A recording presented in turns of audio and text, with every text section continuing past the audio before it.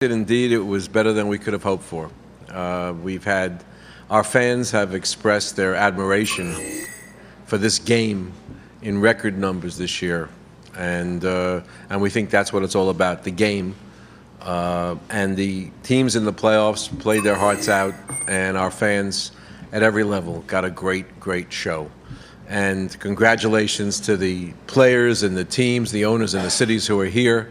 It's a fascinating matchup to watch the Heat.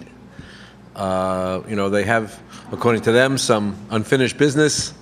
It was interesting as a fan to watch that team being constructed, the big three and those around it, and it's very interesting to see the Thunder and the way they've been constructed. And it's also interesting to see the way the state of Oklahoma has taken to these, Oklahoma City Thunder. It's very rewarding that the NBA could play a part in really the growth and literally the excitement that this city that has suffered so much is seeing and having. So we're going to have a great finals. I know it, and we're going to be happy to answer any questions that you have. Okay, we'll start back there with Bill, right. Bill Ingram, Hoops World.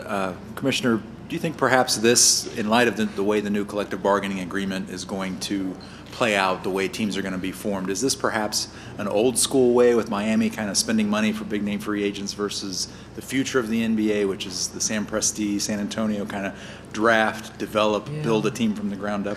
I don't think so, because I think it can be done either way. Because in the future, there will be teams that will be below the cap and seek to improve themselves by dropping below. The key feature for us, and I'll let Adam add to it, but the key feature for me is the leveling of the playing field. Because whether you have to get under the cap, so even if you're a big team, what they call a big market, and I don't think that is going to be relevant anymore. Think hard cap. It's everyone's the same. Ours isn't quite as hard as we would have liked, but it's still going to be an important component, and so teams will be very harshly judged on their drafts and on their use of cap money that they have available for the signing of free agents. Yeah, I'll just add to what David said, which is in the case of the Miami Heat and obviously with Oklahoma City, they were not built by going over the cap. In fact, in order for Miami to attract those free agents, specifically LeBron and Chris, they had to get under the cap to do that. And now under this new system, and it's accentuated from the old system, they face difficult decisions on keeping their teams together. And that was the way the system was designed. Of course, if we had gotten a hard cap, they would have had no choice. And now they are going to have to balance, going over the cap, potentially being a taxpayer, against the team they're able to field on the court. And that's how the system is supposed to work. Back on the right, John. Commissioner John Rohde with the Oklahoman. You spoke about Oklahoma earlier. Can you speak about it personally? You're the one who stood beside the city during the Hornets relocation and also during the relocation from Seattle. Well, I guess I would say I think of it fondly. The first time I met Mayor Mick and he said he wanted a team, I said, you really ought to pursue another league. Impressed as I was by the various plans that have been adopted, it seemed as though they were building canals, rivers, brick towns, you name it, this place was building it. But then when Hurricane Katrina struck, and I spoke to George Shinn, I said, there's a place I think you ought to talk to. And he said, okay, where is that? And I showed him on a map, and he did. And Mayor Mick and Clay Bennett and the business community and everyone sort of stepped up and recognized that they were going to be, in effect, taking care of a borrowed team with a tragedy of its own that it was dealing with. And the NBA, all of our owners, our fans even, were so warmed by that enhanced greatly the opportunity for Oklahoma City to have a team. I said it was a failure of ours that we were not able to persuade Seattle that there should be a new building. And we didn't like the fact that the team moved, that we approved it, but that was what happened. And Oklahoma City has not disappointed the NBA, the people of Oklahoma, or all of our owners and fans around the world. Sixth row in the middle, Steve. Steve Ashburner, NBA.com. David, you've referred to, the block charge plays and flops in particular as attempts maybe to fool your referees. What would you like to see happen? Is it something that the competition committee would look at? Would you expect some different way to legislate that? I think it's something, I know it is something that the competition committee will look at, because it's meeting on the 18th and I've seen the agenda. So it will be looking at an array of things. It'll be looking at ways of adding additional replay. Flopping almost doesn't do it justice. Trickery, deceit, designed to cause the game to be decided other than on its merits. We'll be looking at that. We'll be looking at a number of things that make it easier for us to say to our fans what we all know to be true. Our referees want to get everything right. And an instant replay, an elimination of tricks that are designed either to fool the ref, or if you don't fool the ref, to make the fans think that the ref's made a bad call by not calling it, that shouldn't have a place in our game. Back on the right. Commissioner, with Miami... Name and affiliation, please. Oh, Tim Farley, Eastward News.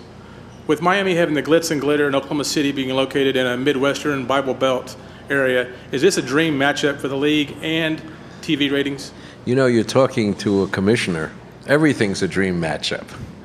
But this is really an interesting matchup for us, because these are, we've got Kevin and LeBron with terrific supporting casts, and the different ways referenced earlier about the way the teams were built, and both of those teams being supported.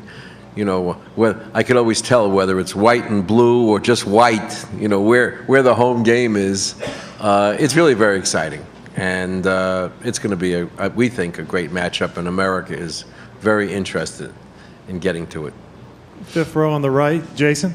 Commissioner, I'm Jason Winnick of Dallas Sports Source. Can you talk about the impact that Clay Bennett has had on this league as an NBA owner? Because he's not one who's very public, he's not in your face, he's not bombastic, he hasn't been forced by you to make any contributions to the Starbucks coffee fund through being fined, but he's very low profile, and very few people have really heard of him.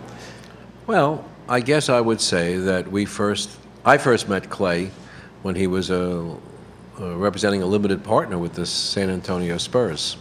So he has a good deal of NBA experience. He was the person who led the business community in hosting the Hornets when they came here. And, he ultimately made the decision, to our delight, that he would be the CEO of the team, because he wanted to make sure that every sponsor was well treated, every seat was well filled. And he's been a terrific owner, and all I can say is that he's now a member of the Advisory Finance Committee, and he's the chair of the Relocation Committee. So you can tell the respect that we have for him and the other owners have for him at the league level. So it's been terrific all around. Third row on the right, Chris. Hi, David. Hi, Adam. Chris Sheridan from SheridanHoops.com. I have two questions. I'll ask them separately. The first one's for you, Adam. I wanted to follow up on something you talked about at the draft lottery, going to 23 and under for the Olympics. It wasn't clear. Would that rule be also in effect at the World Cup, or would the World Cup be open to all ages? Chris, the notion would be that following the global soccer model, for the Olympics only, it would be 23 and under, and then for the World Cup of basketball, just like with the World Cup of soccer/football, that competition would be eligible to anyone. Okay. And David, there was a screening last night of the 20-year anniversary of the Dream Team, and there was an old footage of you, and it was a great quote. And you said, if you're going to ban the best American basketball players, we might as well ban the Kenyans from the 10,000 meters because they win it every time. And Did I say that? You actually said it. Everybody's going to watch it on that show. Oh, my It's God. a pretty good program. I want to know. I know there's a lot of pressure from the owners to keep some of their franchise players out of international competitions in the Olympics. Mark Cuban's been very vocal about it. But I want to know, you personally, how do you feel about that rule limiting the Olympics to 23 and under? As a personal basis, I think, on a personal basis, we got a lot out of the Olympics. We helped grow our coverage of our game. We helped grow the game. The result has been extraordinary. We're in 215 countries, whereas we were probably in 80 in 1992 countries and territories. We have 80 international players, and back then we had a handful. And the growth of the game and its appreciation for it has been so great. But I think it's appropriate to step back and take stock of where we're going. And I do have some great deal of sympathy for those teams whose players grow up in a way that says, I will play under any circumstance for my country, regardless of the injury to me and the threat to my career. And I understand that, and maybe those players are put under enormous pressure to play for their homeland. And perhaps an age limitation would remove some of the pressure from them, while nevertheless giving them an opportunity when they're young to play for their country in the Olympics, to allow them to play for their country in the World Cup like they do in the World Cup of soccer. And so I think there might be a better balance than we currently have. All we knew was the model that we knew, and that's what we've done. But I think it's appropriate to take a look at it and see what the right way is. And maybe we'll do nothing. But I think it's something that the owner dialogue, this is not just a response to Mark Cuban. In fact, usually when Mark says something, I try to go the other way. But actually when he's right about something, he may actually be right. And here I think he probably has a point. I really do. Second row on the right, Jeff. Jeff Zilgate, USA Today. David, have you had any talks recently with the union regarding the B-list issues? If so, has there been any resolution? And if not, when do you anticipate resolution? Adam? Yeah, in fact, I spoke to Billy Hunter about the B-list issue about a week or so ago, and we agreed once the season was over, we would reconvene and continue discussing those issues. Any timetable on finishing them before the start of next season? It depends on the issue. I mean, for example, age is on that issue. We know we're not going to impact age for next year. Some of the other so-called quality of life issues for the players are things that could be implemented immediately once we begin discussing them. So we had an open dialogue about the way we were going to approach it. I think there's practical issues as well. Of course, Derek is still the president of the union. He's obviously actively engaged still in this season, so that's part of the holdup as well, but we hope to turn to things right once the season ends. Fourth row in the middle, Henry. Question about two franchises. One is, can you comment on the status of the Grizzlies sale? And also, has anything changed in Seattle since they lost their team to make it more likely they would get another one? Or is it still where they were? Well, I'd say the Grizzlies sale, we received a contract of sale last night that's currently being analyzed, and we're going to start both having the lawyers analyze it and go through the standard and somewhat boring process of getting all the facts we need to know for approval by the Board of Governors. So that's where we are with the Grizzlies. With Seattle, I had a visit from the mayor, Mayor McGinn. I don't remember. I guess was it yesterday? It was yesterday. It seems a long time ago. Yesterday he was in, and he explained to us they have a place that is zoned for an arena, that the land has been purchased by the party who wants to both put an arena there and buy a team, and he's securing the support of the Seattle City Council and the King County Council.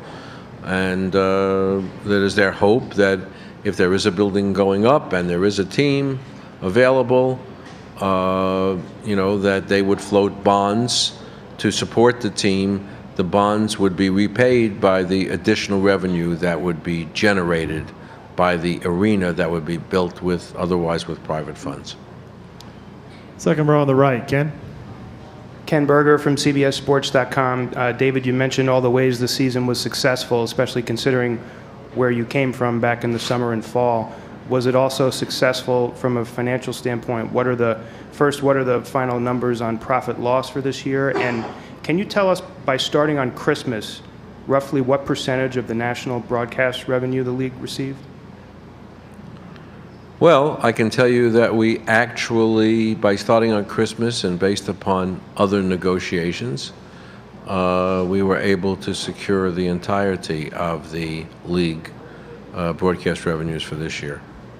But we nevertheless lost 20% of the season and 20% of our games. So that was, and 20% of our local TV revenues and the like.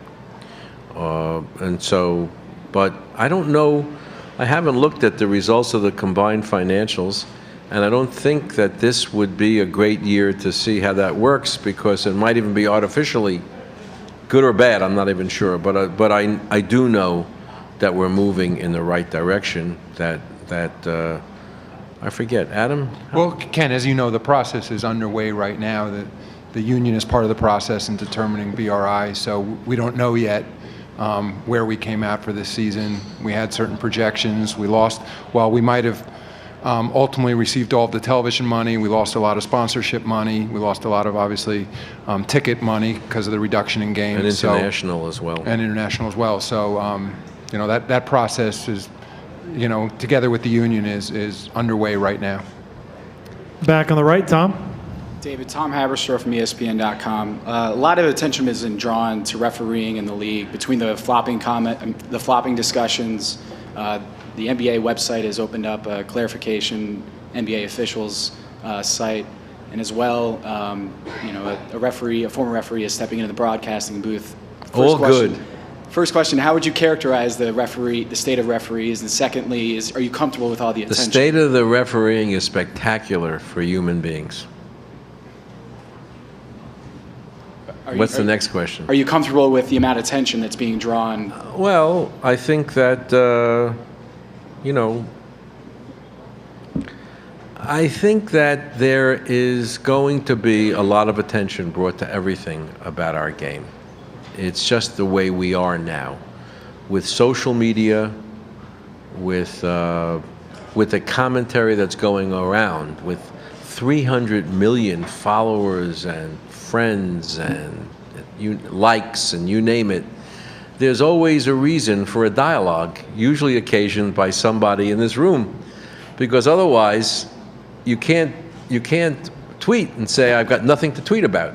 So, you know, so at least for a weekend you can tweet about you know, the calls in the fight in Las Vegas or in the NHL's boarding penalty. But here we go, we're back, and we'll be front and center, and that's our lot, and that's good, because you're here, you're talking about us, you're writing about us, and the surefire things that will get you are flopping, tanking, conspiracy, you know, and there's probably another 3 or 4 you could add to the short list. It's always good for a tweet or two.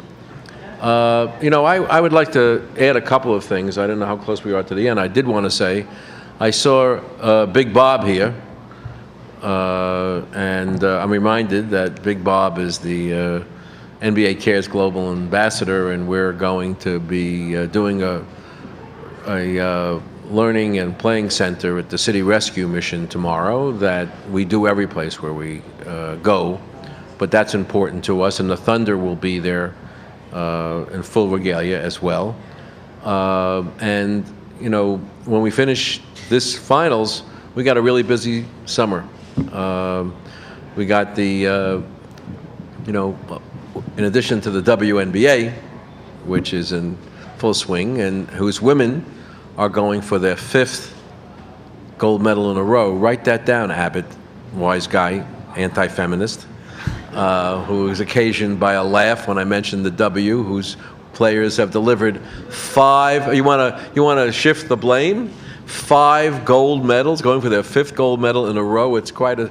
It may even make it onto some portal at ESPN, a side pocket of some kind, because us guys don't want to give it too much coverage. And oh yes, the men's team will be going for another gold medal as well.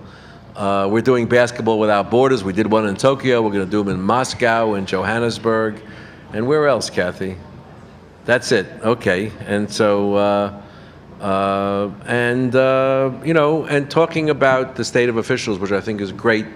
The state of one official is not so good, and that's Greg Willard, who was diagnosed with pancreatic cancer. And Greg, if you're watching tonight, the reason the refs are wearing number 57 is the collective hopes and prayers of an entire staff is hoping for a recovery for you. So think about that.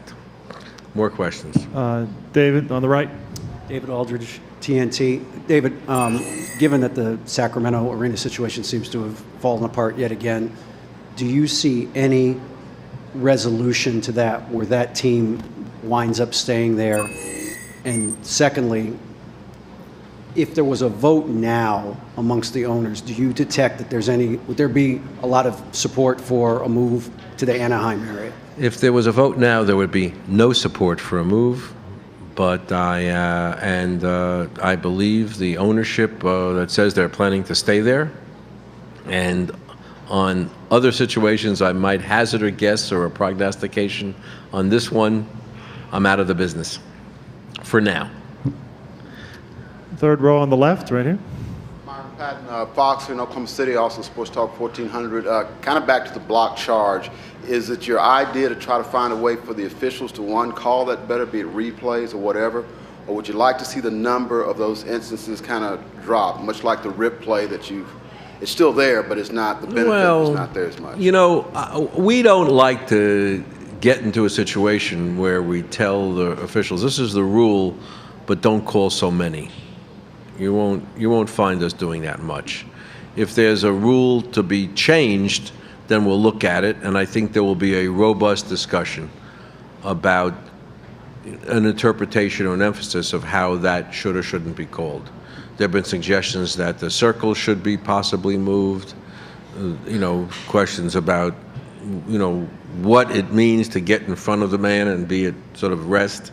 And I think that's the whole point of having a small group, which is similar in size to what the NFL and the NHL do, get together for the purpose of saying, how can we make the game better?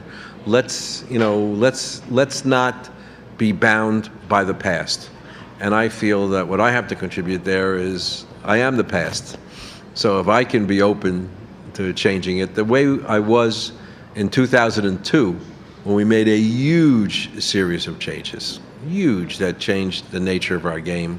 It's time for another look, because this great game of ours deserves that look. Over on the right, Dean. Dean Blevins, KWTV. Commissioner, what is your response to several knuckleheads who have claimed that the draft was rigged? But not you. I was not in that. You're not one of those group, knuckleheads. Oh, no, okay. It's sort of like, okay, be my guest. We expect that, as I described before, you have to have something to write about. Despite that, we have done everything we can. We even have invited members of the media in to watch it. Imagine that. We have representatives. We invite representatives of every team. We have the process certified by Ernst & Young. So, but they'll always be writing, and I'm less offended by it than I used to be. It makes for interesting copy. I love the one person who I don't want to give a plug to because of the inanity of his outlook and remarks, but he said, I have absolutely no proof for what I'm going to say, but I think it was fixed. I think that sort of sums up that part of the school. But but they're following our lottery, they're going to be following our draft, and I hope at bottom most of them love the game as much as I do. We're going to take two more, starting with Al. Al Ianna's on Newsday. David, tomorrow is the hearing for Jeremy Lin and some of the other guys. I'm wondering what you anticipate and how quickly you anticipate a decision. Well, I'm guessing there has to be a decision before the period of free agency. I'm only guessing now. You know how those lawyers can be. But I think it's going to be relatively fast, and we're anticipating that the ruling is in favor of the view espoused not just by the league, but by the clear language of the agreement. All right, last one, sixth row in the middle. Brian? Brian Mahoney from the Associated Press. The Thunder have a very young core, and people have kind of said, well, let's see what happens in a couple of years. They have to make decisions on a couple of their players will be free agents. And, you know, when this started, Adam, you kind of made it sound like you didn't get everything you wanted, and David, you almost used the words hard cap before. Do you think you created something maybe that's almost too tough for teams? How can that be? If it were a hard cap, then it would be the same as, let's say, the NFL or hockey, and that would be even tougher for teams. So I don't mean to sort of push aside the question. I want you to sort of give it a little more nuance or definition. The reality is that teams, all teams, you know, we used to talk about it in collective bargaining, are going to be faced with player sharing as well as revenue sharing. Because when your roster gets to a point where you're going to have too much salary to maintain that roster because of the tax, there are going to be decisions that have to get made. And then other teams will have the ability to share. Just as they're sharing in revenue, they're ultimately going to share in players. And that's what a hard cap does. And we strove to get as hard a cap as possible, and the union strove to get something that was not as hard as it might otherwise have been. And we sort of wound up in the middle, although I think it will have ramifications, and we hope it acts as much like a hard cap as possible, or probably not completely.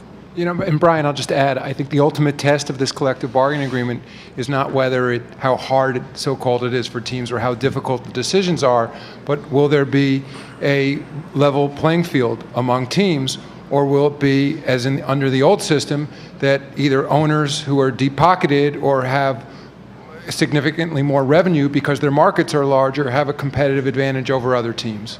And so we'll see. And it's far from a perfect agreement, and it's difficult to predict owner behavior in every league. And I think we won't know until we see the tax provision, until the tax provision becomes fully implemented, and we see how, in fact, teams respond to the new provisions of the collective bargaining agreement.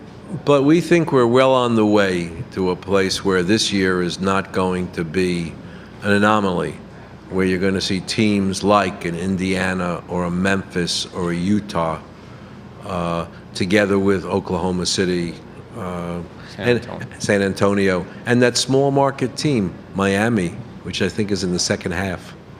But as soon as they acquire a couple of players and the sun shines, everyone says it's a big market team. It's not. It's a mid-market team, and we like that. We like to see a mix of teams. You're satisfied with the WNBA cap? Excuse me? You're satisfied with the WNBA cap is good? Yes. Thank you for asking. Fifth gold medal in a row they're going for. You should come to a game, and you should bring Abbott with you. He might learn something. Thanks, everybody. Enjoy the series. All right, thanks, everyone. Transcripts will be passed out in the workrooms into your seats shortly.